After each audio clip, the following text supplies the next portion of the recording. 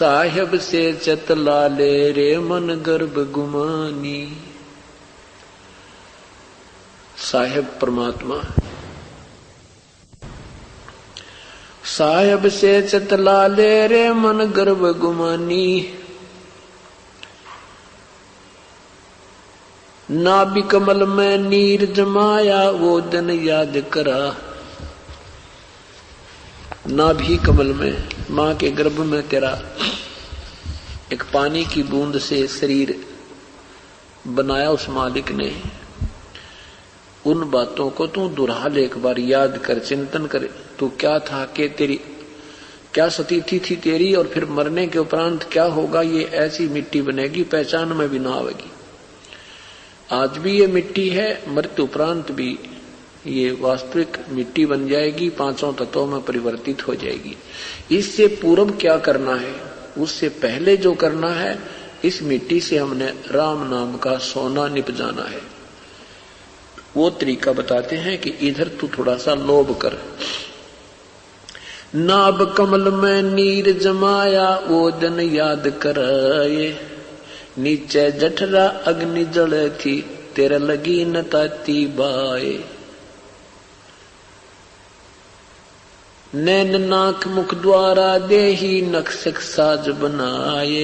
9-10 मास गर्भ में राख्या वहां तेरी करी सहाय। दांत नहीं जब दूध दिया था अमी महारस खाए। नीचे शीस चरण ऊपर को तेरा लगी न ताती वो दिन याद कराए। अब क्या बताते परमात्मा कि तू मां के पेट में था, ऊपर न पैर थे, नीचे को तेरा शीश था।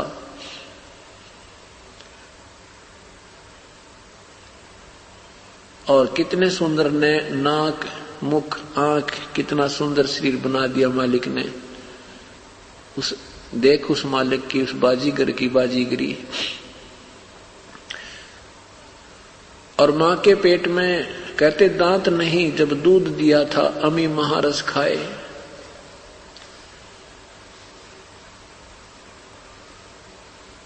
दांत नहीं जब नीचे शीश चरण ऊपर को तेरा लगी न ताती बाए।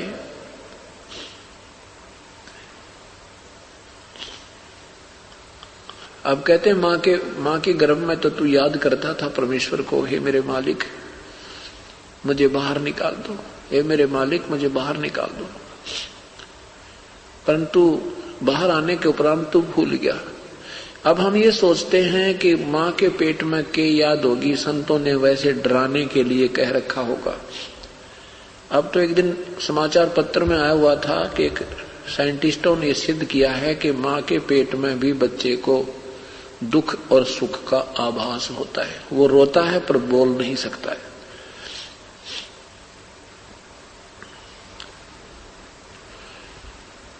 क्या बताते हैं, बाहर आया भरम भुलाया बाजे तूर सनाहे। तू ही तो छोड़ दिया तू चला अधम किस राहे। जो मां के पेट में, हे भगवान तू ही है, तेरे बिना कोई नहीं मेरा, एक तू ही मेरा है, तेरे हमेशा तुम्हें याद करूंगा। कहते उसको ही भूल गया तू, अब चला अधम किस राह। अरे निर्भाग, अब कौन सा तरीका ढूंढ लिया, घूटी सूटी लावा बकवाद करे दुनिया न लूटे। और फिल्म सिनेमे देख कर अपना जीवन व्यर्थ कर रहा, कहीं ताश खेल रहा, कि तो गप्पे मारे। लेकिन ये कौन सा मार्ग अपना लिया तूने। परमात्मा कितने दयालु हैं, हमें फिर समझाए। बाहर आया भरम भुलाया बाजे तूर सनाहे। तू ही तो छोड़ दिया तू चला अधम किस राहे। दाई आई घूटी प्याई माता गोद खिलाए। जो दिन आज सो काल नहीं रे आगे फिर धर्म राय। ठीक है, मां के पेट से बाहर आया, दाई ने तेरी घुट्टी प्याई, माता ने प्यार किया, चाचे ताऊ बहन बुआ सब ने तेरे लाड किए। और फिर कहते हैं जो दिन आज सो काल नहीं रे। जैसे हम छोटे छोटे बालक थे, कोई चिंता नहीं थी, फिर बड़े हुए, फिर अपनी रोजगार रोटी में लग गए। शरीर पहले कैसा था, फिर धीरे धीरे इसका हुलिया बिगड़ने लग गया, और थोड़े से दिन में ये दर्पण भी देखकर न जीना करेगा, ऐसी शक्ल हो जाएगी। तो परमात्मा कहते हैं जो दिन आज सो काल नहीं रे। आज हम सब दिखाई देते हैं, कल ना जाने के कहानी बिगड़ जा।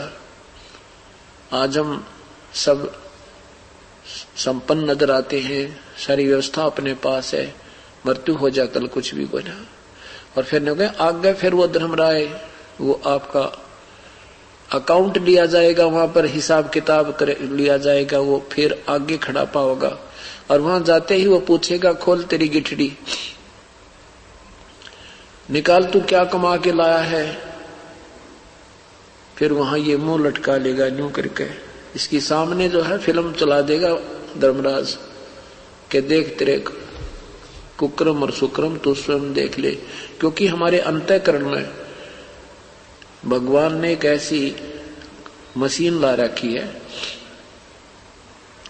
वो कोड वर्डों में हमारे पिछले भी सब संस्कारों को जो बैलेंस रहते हैं और जो हमने कर्म किए वो सारी अंदर एक फिक्स है, अंदर डिपॉजिट है। और उस जो हम कर्म यहाँ करते हैं इसका एक फैक्स डेली वहां मिनट मिनट में वहां जाता रहता है धर्मराज के कंप्यूटर में। और वहां जाते ही फिर ये फिल्म चला देगा तेरी।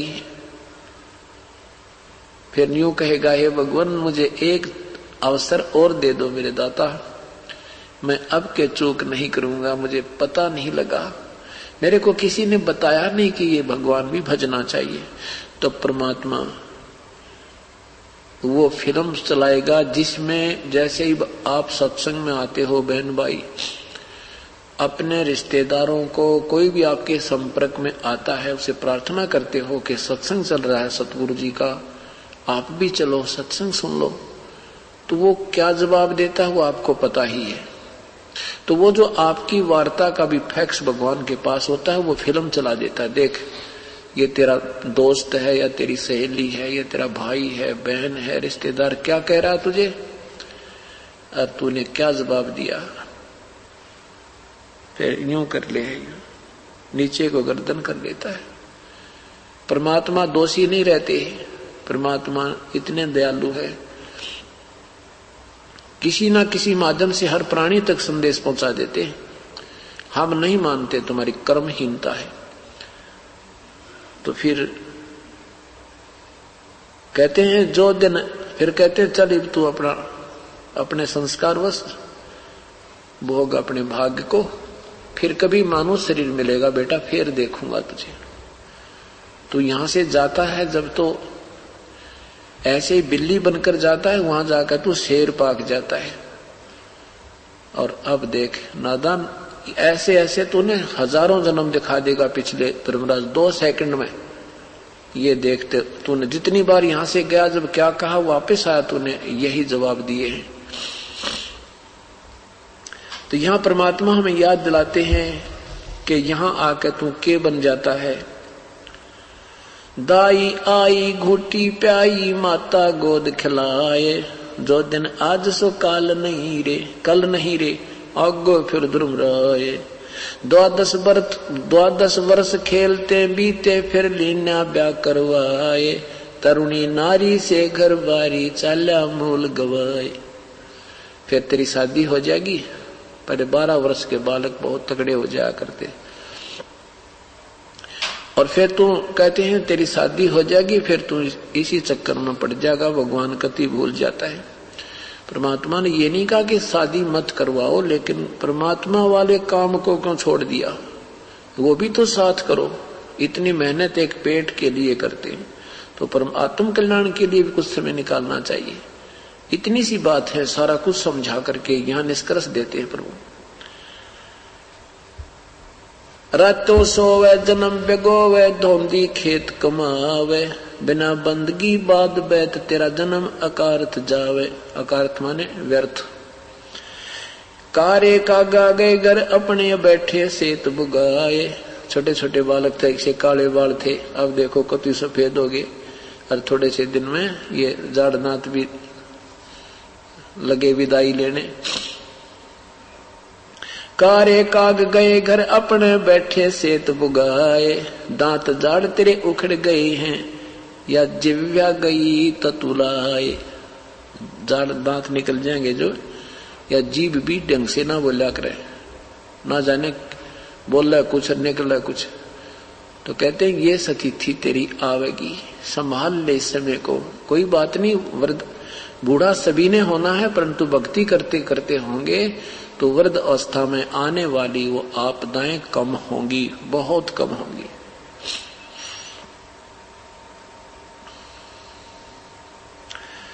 जम किंकर तेरे सराने बैठा खर्च कदे का खावे, रसना बीच जो मेख मार है सैनो दाम बतावे।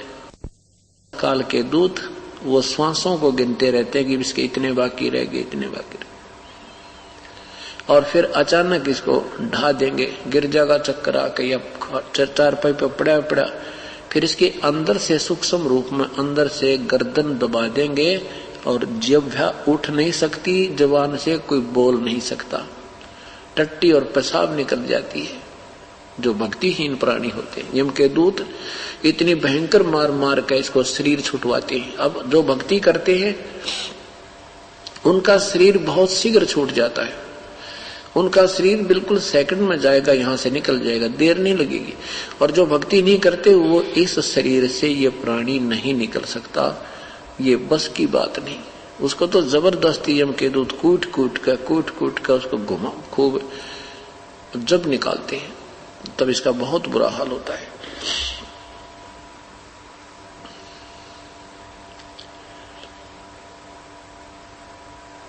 जम कीन कर तेरे सराने बैठा खर्च कदे का खाए, रसना बीच जो मेख मार है सैनो दाम बतावे।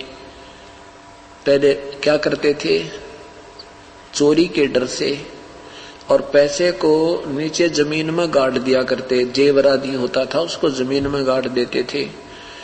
और वृद्ध व्यक्ति न सोचा करते कहीं पहले बच्चों को धन बता दूंगा तो ये खराब ना कर दे, फिर बता दूंगा और बता दूंगा 2 वर्ष में। और अचानक हो जाती है मृत्यु, वो सारा का सारा जोड़ा जाड़ा रह गया, ना दान किया ना धर्म किया। तो मरते समय फिर क्या करता है, उस भक्तिहीन प्राणी की जुबान बंद हो जाती है, वो ऐसे ऐसे करता है। बच्चे जोर जोर से पूछते हैं, पिताजी बता दे क्या दाब रखा है, कहाँ दबा रखा है तूने वो धन। वो बोलना चाहता है पर बोल नहीं सकता, इतने में एक उसकी मृत्यु हो जाती है। फिर क्या कहते हैं, वो सर्प बनकर आता है, सर्प बनकर। जब उसकी आस्था उस धन में रहेगी, वहां दाब रखा है, तो वो दोबारा सर्प जो निर्धारण करता है, फिर उसी मकान में चक्कर काटता है और उस धन के ऊपर आकर बैठता है, फिर भाग जाता है। और किसी दिन बच्चों की नजर चढ़ जाता है तो उसके हाड़ तोड़ देते हैं। एक वृद्ध ऐसे ही मृत्यु सैया पर था, जुबान बंद होगी, बोलना चाह रहा था, जिसने कभी भक्ति करी नहीं। तो उसने, बच्चों ने सोचा पिताजी मर रहे हैं, मृत्यु हो रही है और कुछ बताना चाहते हैं, ये बता नहीं पा रहे हैं। सुना, उन्होंने पता था कि एक साथ ही गांव में एक व्यक्ति है जो एक ऐसी दवाई देता है, ऐसा इंजेक्शन लगाता है, 500 रुपए लेता है कि जब तक श्वास है उस व्यक्ति के, उसकी जुबान उठ जाती है। ऐसा कोई उसने ट्रीटमेंट ढूंढ रखा था। उस व्यक्ति के पास भागे गए, वे पिताजी कुछ पैसे जमा बताना चाहता है और 500 रुपए लेता था, वो पहले रखवा लेता था। तो 500 रुपये वो लेकर के आया, उसने अपना वो उपचार कर दिया तो बूढ़ा बोलने लग गया। तो वो बोलता था बिल्कुल, बहुत 2-4 बातें ही कह पाता था 500 रुपये में। तो बच्चों ने कहा पिताजी जल्दी बता दे कहाँ दाब रखे हैं पैसे तूने। उसने क्या कहा, रे नादानो तुम कहाँ चले गए, कहाँ मर गए, मेरे मरने के बाद तो तुम जमा कति घर को उजाड़ डालोगे। देखो यू गाय का बच्चा और झाड़ू खा रहा है, नाश कर दिया 4 आने की झाड़ू का तुमने। यूं कहकर बूढ़ा मर गया। अब वो बच्चे कहते हैं हे भगवान, ये 4 आने की झाड़ू हमारे 500 रुपए में पड़ गई। तो अंत समय में जब ये व्यक्ति मरता है, भक्तिहीन प्राणी जब मरता है, इसकी वृत्ति यहीं अपने घर में रह जाती है, यहीं फिर कोई पशु पक्षी बनकर यहीं चक्कर काटता रहता है। कहते हैं एक घर में खीर वो बना रखा था उन्होंने, दूध डाल के उबाल के दूध और रख दिया एक पात्र में 2 भैंसों का, और एक कुतिया, उनके घर पे कुतिया रहती थी साथ में, उन्हीं की वह विशेष मानी जाती है। हमारी कुतिया गली में बैठी रहती थी, वहीं से खाना खाती थी। वह कुतिया आई भाग के, और उसने वह कुढ़ौनी, वो पात्र था, ऐसे पकड़ के उलेट लिया अपने साइड में, और वो सारा दूध खिंडा दिया। अब गुरवाड़ा ने उसको मारे लठ, 2-3 डंडे ठोके। फिर ये नुकसान 1-2 हो लिया जब वो गए कहां पर, किसी ये पामिस्ट के पास, ये कुछ एकाध व्यक्ति के पास ऐसी सिद्धि होती है पूर्व जन्म की। तो उसने बताया कि ये जो कुतिया है ना, ये तुम्हारी दादी थी या तुम्हारी दादी थी, और ये भी या यहीं पैदा होगी, इसमें छपकली पड़ी थी। उन्होंने जब दूध बाहर पड़ा, कति खिंडा दिया, तो उन्होंने देखा तो छपकली थी इसमें। रतरा गजब, हम तो सारे मर जाते। इस उद्देश्य से गए भाई, इसने ऐसा क्या उपकार का काम किया, हमने लठ भी मारे इसका, और फिर भी यहां से नहीं जाती। तो उन्होंने बोला थारी दादी थी, और इसने छपकली गिरती देख ली थी, तुम्हारा ये बचाव कर दिया। तो परमात्मा कहते हैं, जहां आशा ता बासा होई, मन कन वचन सुमरियो सोई। तो यहां परमात्मा बताते हैं, ऐसे सोम बतेरे जगत में दरा ढका रह जावे, कुल के लोक जंगल में लेकर फिर देवे ठोक जराए। फिर पीछे तू पशुआ कीजे, दीजे बैल बनाए, 4 पहर जंगल में डोले, तेरा तो ना पेट भरे। मनुष्य जीवन में देखो हम कितना सुंदर आहार करते हैं, और एक जरा से काम बिन परमात्मा की साधना के बिना पशु बैल बनेंगे तो क्या खाएंगे, नाक में तो नाथ डलेगी, रस्से से बन जाएंगे। अब तो हम जब चाहे जलपान कर लेते हैं, जब चाहे हम दूध पीवें, सेब संतरे खावें, लड्डू खावें, जलेबी खावें, हलवा और खीर खावें। यदि हम प्रभु को याद नहीं करेंगे तो फिर हमारे संग के बनेगी। ये क्या आवाज आ रही है?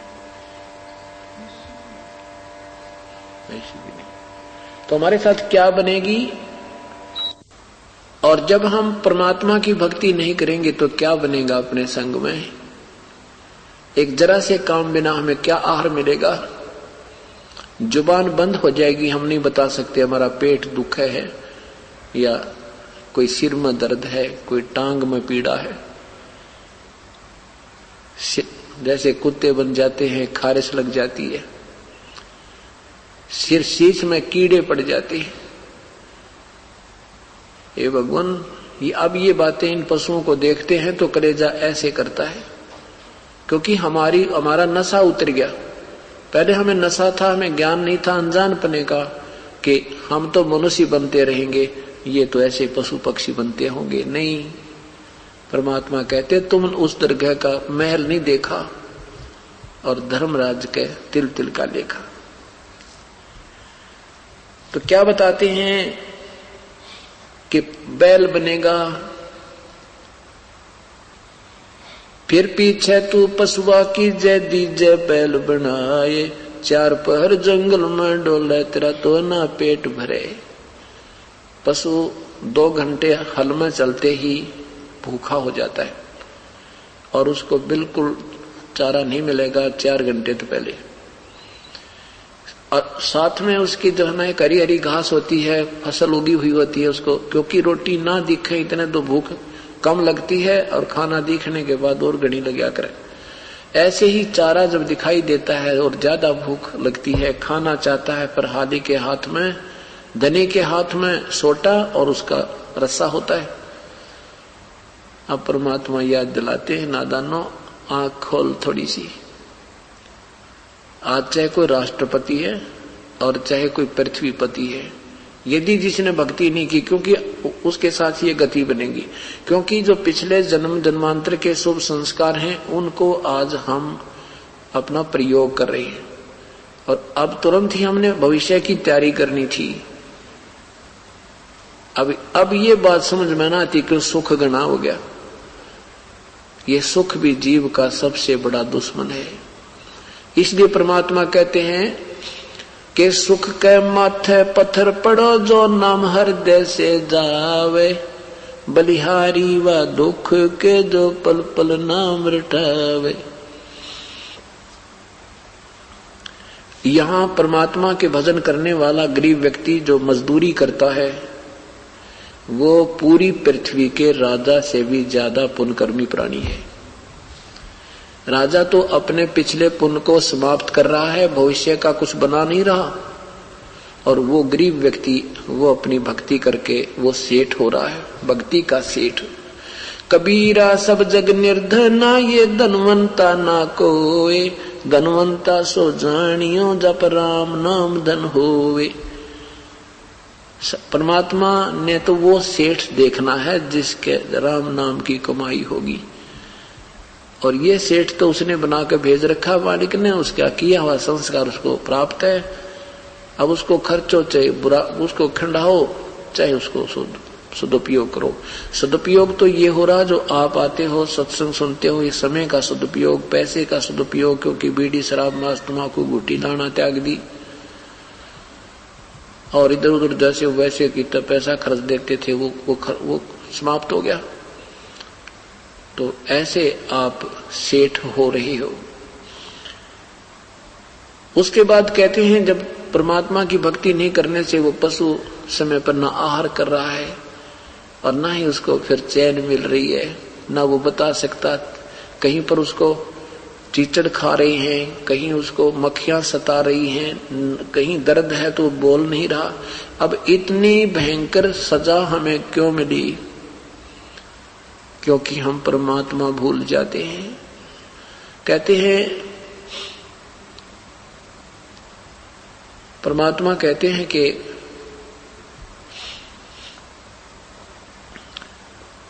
प्रभु की भक्ति को जो भुला देता है प्राणी, उसको फिर इतनी भयंकर पीड़ा परमात्मा ये सजा देता है कि उसको इतनी 84 लाख योनियों में भी कष्ट उठाने के बाद भी उसके पाप फिर भी कुछ रह जाते हैं। एक कुत्ते के जीवन ने देखा है, गधे के जीवन को देखा है, बैल के जीवन को देखा है।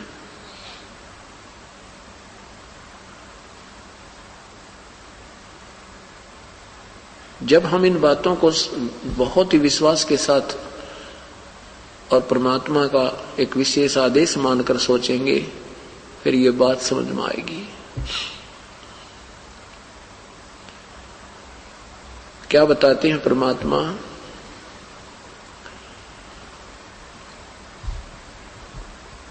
फिर पीछे तू खर की जगह, सिर पर सींग दिए मन बोरे, धूम से मच्छर उड़ावे, कांदे जुआ जोते कुआ, कौंदों का भुस खावे। और कमाल की याद दिवा दी कि सिर पे सींग दिए मन बोरे और धूम तो मच्छर उड़ावे।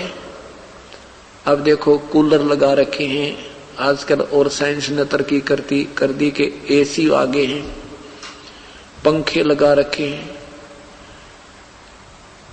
अब परमात्मा कहते हैं भक्ति ना करने के से क्या बनेगा? बैल बना, और बैल बनने के उपरांत 2 सींग मिलेंगे आपको, और एक धूम पूंछ मिलेगी, पूंछ। और उस पूंछ को आप चाहे पंखे की जगह प्रयोग करना, और चाहे मच्छरदानी की जगह। अब मच्छर काटते हैं, मच्छरदानी लगाते हैं, मक्खी सताती है तो भी अपना पंखा वगैरह चला के अपना काम चला लेते हैं। गर्मी लगती है तो पंखा या कूलर एसी लगा करके हम सुविधा प्राप्त कर सकते हैं। यदि हम प्रभु नहीं भजेंगे तो क्या होगा कि एक दूम से मच्छर उड़ावे, एक दूम मिलेगी, ये पंखा, ये तेरी मच्छरदानी। और कर्महीन प्राणी की वह दूम भी कट जाती है, 8-9 इंच की रह जाती है, उसको ऐसे करता बैठा बैठा। वो सुविधा भी समाप्त करवा दी, क्योंकि जितने पाप कर्म ज्यादा होंगे उनके आधार पर पशु जोनियों में भी अंग भंग होते रहते हैं। अब परमात्मा याद दिलाते हैं, इन बातों को याद करके और आंखों में आंसू आ जाने चाहिए। हे भगवान, हमारे ऊपर कैसे मेहर करी, हमने ये कैसे वचन सुनने को मिल गए।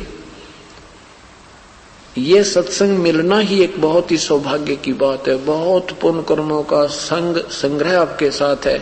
चाहे कुछ भी कारण बना, चाहे आप दुख में आ गए, चाहे सुख में आ गए, किसी के कहने से आ गए, या कोई मालिक की मेहर हुई है, आपको कोई टीवी समाचार पत्र सुनने को मिल गया, ये संदेशा सतगुरु का ही मानो, प्रभु का मानो, और आपके पुण्य कर्मों के कारण आप पर असर हुआ, आप खेचे चले आए।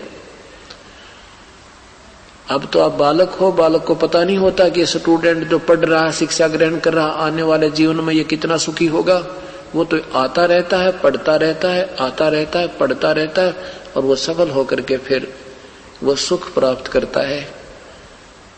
फिर वो याद आता है उसको, रे तेरे की जर ना पढ़ता ना, यह बात बिगड़ जाती। देखिए मेरा साथी मजदूरी कर रहा है, बेचारे के बच्चे भी वहीं सड़क के साथ पड़े हैं, वहीं वो सड़क पर मिट्टी डाल रहा है, और उसका साथी उसमें गाड़ी में बैठकर उसी सड़क पर जा रहा है। जो शिक्षा ग्रहण कर गया और जो शिक्षा नहीं ग्रहण की वो अधूरा छोड़ के बैठ गया। आज वो कितना दुखी है। तो अब जो आप कर रहे हो, इस स्कूल में, विद्यालय में आ रहे हो, आपको नहीं मालूम कि वो आगे क्या सुविधा इससे मिलेगी। कुछ मालूम है, लेकिन दृढ़ नहीं है अभी आपको। लेकिन आपने इसमें एडमिशन ले लिया, आप हमारे शिष्य हो गए, गुरुदेव का आदेश है, तुमने आना है पूर्णमासी को या एकम को, तो उस आधार पर तुम एकम को यहाँ पर आ रहे हो, सत्संग सुन रहे हो। भाई हमारे ये क्लास लग रही है, हमने जाना पड़ेगा। और ये एक दिन आपका ऐसा रंग लाएगा, आप हैरान रह जाओगे।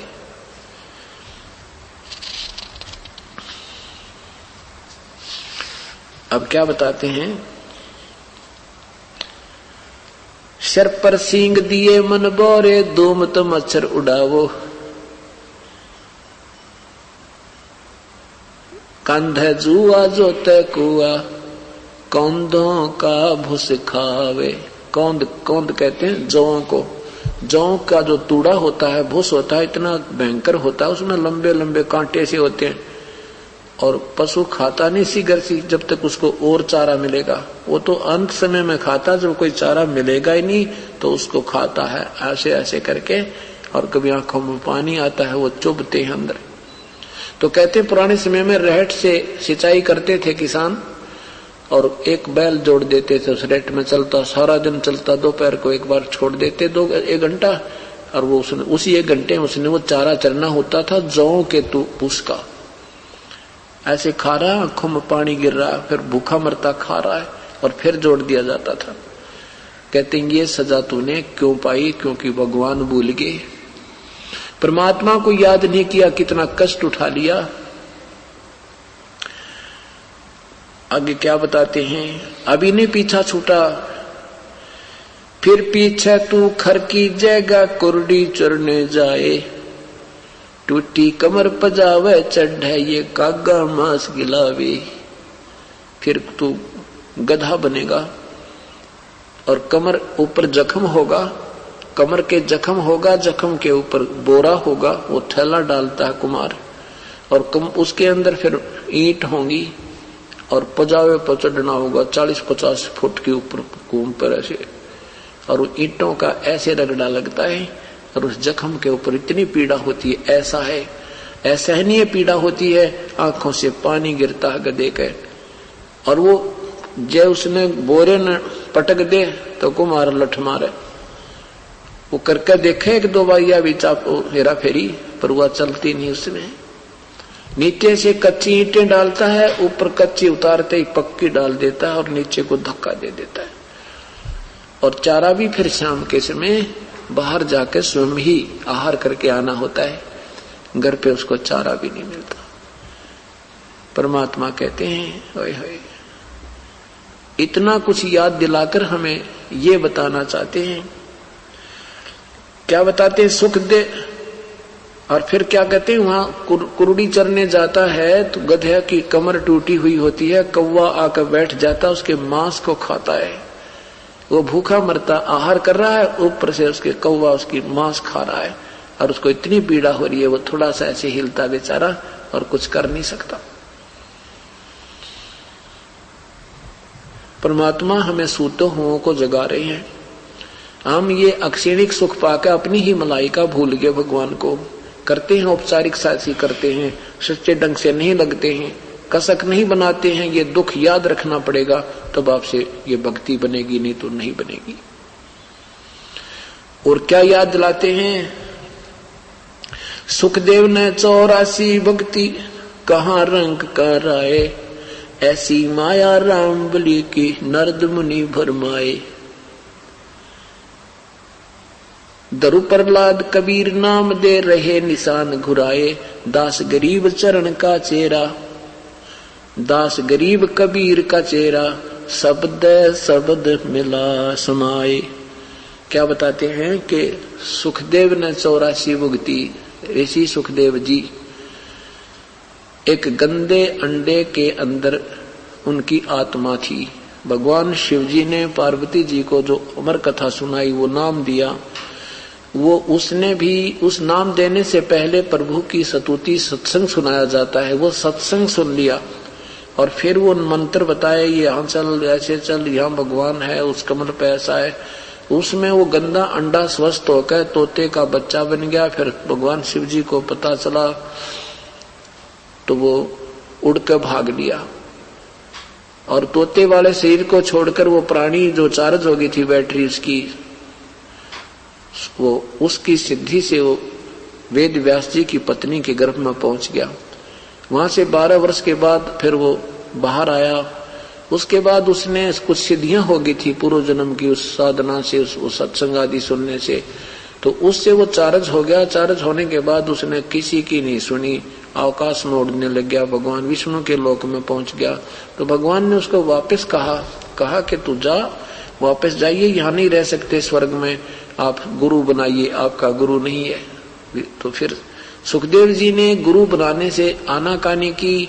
तो भगवान से कहा कि भगवान मेरे समान कोई पृथ्वी पर व्यक्ति नहीं है, कोई साधक संत नहीं है मेरे जैसा। विष्णु जी ने कहा सुखदेव तेरी नालायकी है, ऐसे कभी अभिमान नहीं करना चाहिए। आप राजा जनक जो है वो आज के दिन मेरा एक बहुत ही अच्छा भक्त है और उससे उपदेश लीजिए, वो अधिकारी है नाम देने का। अब सुखदेव जी अपने आप को मानते थे, मैं बाल ब्रह्मचारी, मैं योगी पुरुष हूँ, राजा जनक गृहस्थी है, बाल बच्चेदार है, उसको कैसे नमस्कार करूंगा, क्योंकि ये ईमान बढ़ाई बहुत खतरनाक चीज है। ये जितने भी लाल पीले कपड़ों वाले अपने भगवान भेष में या संत बने बैठे हैं, वो क्या क्या करें, वो गृहस्थियों को हे समझते हैं। ये ऐसी दुर्भावना भर रखी काल में। तो ऐसे उसके मन में आई तो वो कोमन स्वर्ग है, इंद्र का लोक, वहां पहुंच गया। वहां पहले भी जाता था, उनको पता नहीं था कि अनुपदेशी है। जब उसका मायूस चेहरा देखा तो ऋषियों ने, काकभूषण नारद जी आदि ने पूछा भी क्या बात है ऋषिवर, आज आप खुश नजर नहीं आ रहे।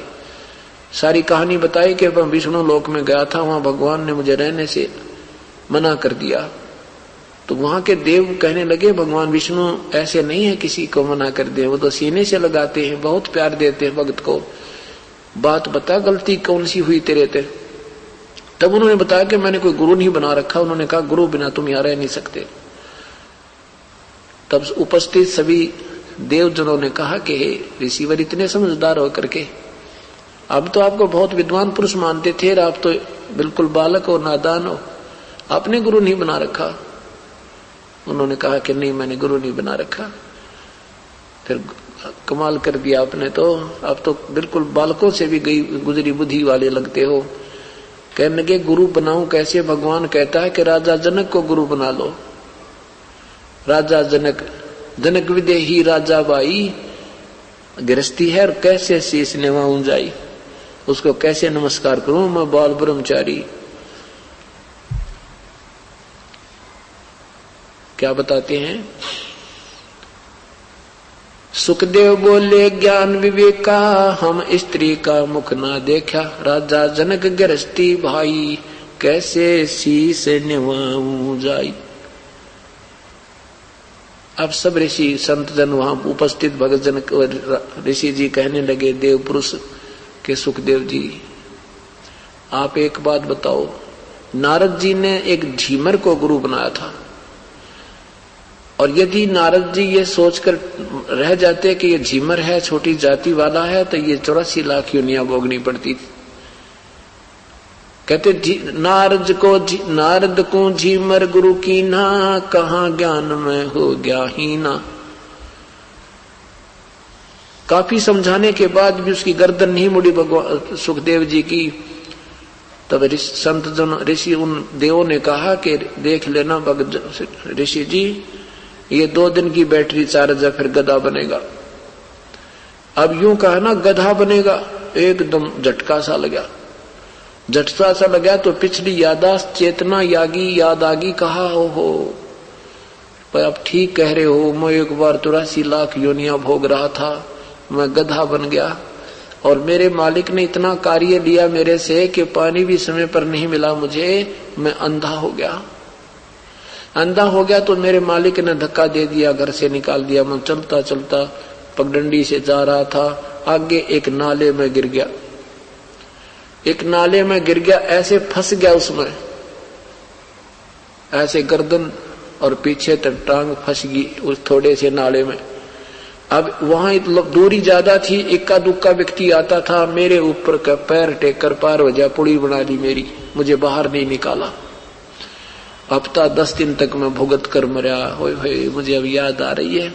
फिर वो वहां से उठकर चल पड़ा, राजा जनक से उपदेश दिया। तो यहाँ क्या बताते हैं,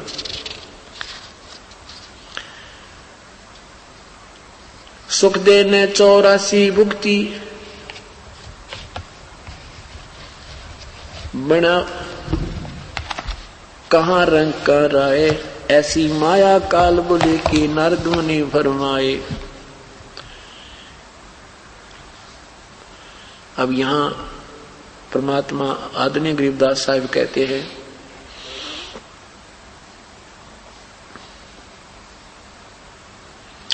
सतगुर सौदा करवो नहीं बाद जात है, जिन तेरा पिंड प्राण बनाया उस साहिब से डरवो, अजप्पा जाप जपो मन बोरे जम किंकर से लरवो, सुख दे कू 84 भुगती बना पजावे खरवो, तेरी क्या बुनियाद पुरानी तू पेंडा पंथ पकड़वो। सुखदेव जैसे ऋषि ने भी 84 लाख योनियां भोगनी पड़ी, तो तेरी क्या बुनियाद पुरानी तू पेंडा पंथ पकड़वो। अपना रास्ता पहले से पकड़ ले, ये सतभक्ति मार्ग को स्वीकार कर लीजिए, पेंडा पंथ पकड़वो। नर से नार किया नारद मुनि अवगत बाजी गर्वो, शिव की संख कल्पना मेटी बसमा गिर लिया छरवो, अंत चीर चिंतामणि किन्हे द्रौपदी पीतांबर वो, दुशासन का मान मुआ है उद्बुद्ध देख लहर वो, अजामेल गण का कहला रह गई अयोध्या तरवो, बाल्मीक का शंख बजाया जहां 12 कोट विपर वो, केसो नाम कबीर खुद आए 9 लाख बॉडी भर हो, काशी धाम कबीर कल्पना गई विपर सब टरवो, गगन मंडल के मध्य महल है जहां मूरत अजर अमर वो, गरीबदास कबीरा साहिब मिले परम पद हर वो। अब क्या बताते हैं परमात्मा के सुखदेव जैसे ऋषि ने भी 84 लाख योनियां भोगी, तो तेरी क्या बुनियाद पुरानी तो पेंडा पंथ पकड़ो।